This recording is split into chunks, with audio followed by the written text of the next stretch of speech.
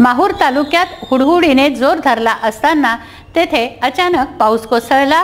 पावसाबरोबर गारपीटही झाली। यामुळे तेथे आलेल्या भाविकांची चांगलीच तारांबळ उडाली।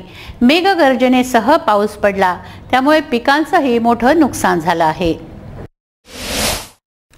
मुसळधार पाऊस व गारपिटीने विदर्भाला झोडपलं। नांदेड जिल्ह्यातील माहूरमध्ये मेघगर्जनेसह मुसळधार पाऊस कोसळला। गारांचा अक्षरशः खच पडला। पाऊस व गारपिटीने गडावर दर्शनाला आलेल्या भाविकांची चांगलीच तारांबळ उडाली।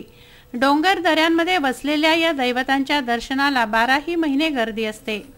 गडाच्या पायऱ्यांवरून धोधो पाणी वाहिलं, गारा जमा झाल्या। दुकानदारांनी शेड म्हणून बांधलेल्या नेट प्लास्टिकमध्ये अक्षरशः गारांचा खच पडला। भाविकांनी दुकानदारांनी गारांचे ढीगचे ढीग जमा केले। एकीकडे गारा जमा करताना त्याविषयीची नवलाई होती, तर दुसरीकडे या गारपिटीमुळे पिकांचंही अतोनात नुकसान झालं आहे। या पावसामुळे रब्बी पिकंही धोक्यात आलेली आहेत। माहूर तालुक्यात हुडहुडीनेही जोर धरला असून धुक्याचं साम्राज्य झालं आहे। माहूरगड श्री क्षेत्र माहूरगड 3.5 शक्तिपीठापैकी एक पूर्णपीठ असलेलं श्री रेणुका मातेचं मंदिर आहे। इथे काल पावसाने गारपीट खूप झालेली आहे आणि या गारपिटीमध्ये हे असं सुंदर वातावरण माहूर येथे पसरलेलं आहे।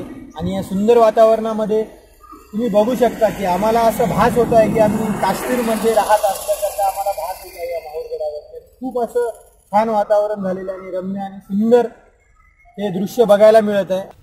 संजय गोगरे, राजू दराडे, अनवर खिच्ची, विदर्भ न्यूज, माहूर।